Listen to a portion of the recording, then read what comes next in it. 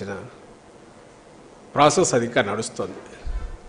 దీని కొనసాగింపుగానే ఈరోజు కొత్త కార్యక్రమం టేకప్ చేశాం.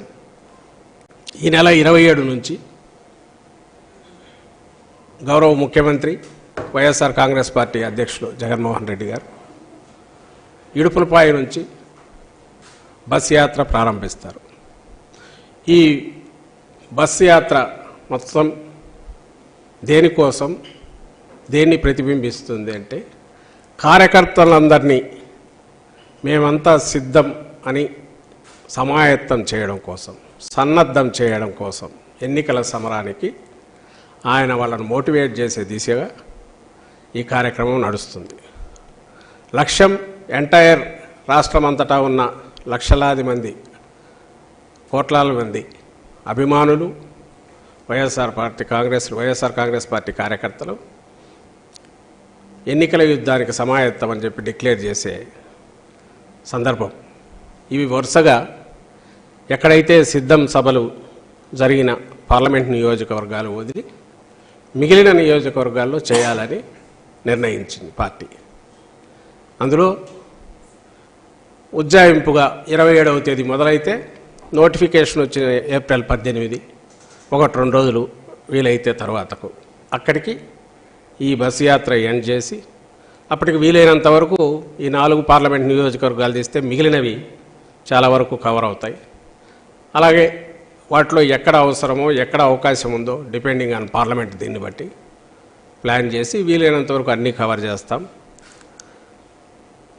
ఆ తర్వాత నోటిఫికేషన్, నామినేషన్లు మొదలైనప్పటి నుంచి ఇంకా రెగ్యులర్ ఏవైతే సభలు ప్లాన్ చేసి ఎన్నికల సభలకు వాటికి ముఖ్యమంత్రి గారు బయలుదేరుతారు. దాని తర్వాత అంటే ఈ 27వ తేదీ నుంచి ఇన్నాళ్ళు ఈ 5 ఏళ్ళు కూడా అంతకుముందు పార్టీ పెట్టినప్పటి నుంచి ఎట్లయితే జనంలో మమేకమై పార్టీ పనిచేస్తుందో, అలాగే అధికారంలోకి వచ్చినప్పటి నుంచి మొత్తం ప్రభుత్వాన్ని, అధికార యంత్రాంగాన్ని కూడా మా లక్ష్య సాధన ఏదైతే ఉందో, ఆశయ సాధన ఏదైతే ఉందో, ఈ పార్టీ విధానం ఏదైతే ఉందో, అట్టడుగు వర్గాలకు సామాజిక, ఆర్థిక, రాజకీయ సాధికారత, డెవలప్మెంట్లో కూడా వాళ్ళ ఇంక్లూజివ్నెస్, సంక్షేమం టు ది ఎక్స్టెంట్ వాళ్ళ జీవితాలు మార్చేంత దిశగా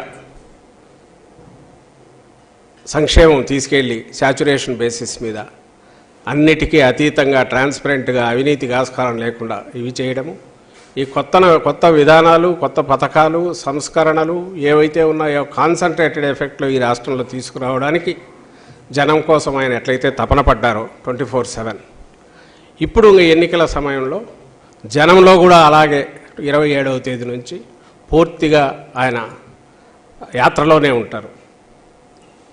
యాత్రలోనే హాలిడేస్ వచ్చినా, పండుగలు వచ్చినా అప్పుడు కూడా అక్కడే ఉంటారు. ఆయన షెడ్యూల్ కూడా, ముఖ్యమంత్రి గారి షెడ్యూల్ కూడా అలాగే తయారు చేయింది.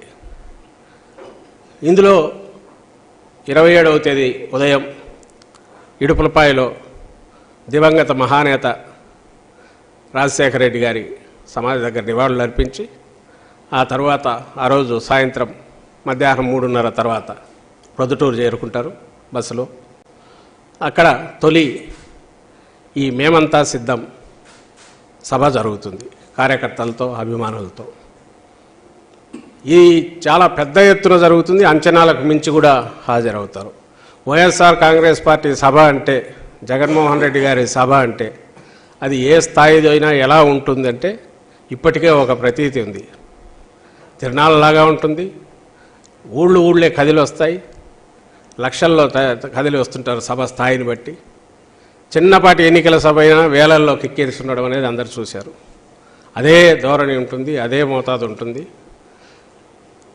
గతంలో ఎన్నడూ లేనంతగా రోజుకొక్క మహాసభ లాంటిది జరుగుతుంది. అంచనాలకు మించి ఉంటుంది. ఒక పార్లమెంటు స్థాయిలో ఇంత పెద్ద ఎత్తున వస్తారా అన్నంతగా అందరు చూసే రకంగా సభలు జరుగుతాయి. మెసేజ్ రాష్ట్రమంతా పోవాలి, పార్లమెంట్లో కింది వరకు వెళ్ళాలి. ప్రతి పార్లమెంటుకు, ప్రతి జిల్లా మేము సిద్ధం అని డిక్లేర్ చేస్తుంది. ప్రతి పార్లమెంటు మేము సిద్ధం సమరానికని డిక్లేర్ చేస్తుంది. ఈ సభలు అలా జరుగుతాయి. తర్వాత 2వ రోజు నుంచి కార్యక్రమం ఫార్మాట్ ఏమనుకున్నామంటే ఉదయం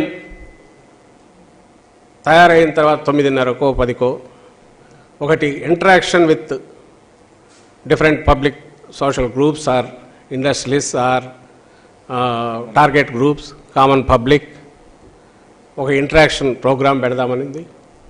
అది ఒక 2-3 అవర్స్ జరుగుతుంది. అందులో గవర్నెన్స్ 5 ఏళ్ల గవర్నెన్స్ చూశారు, ఇంకా ఎలా ఉండాలి,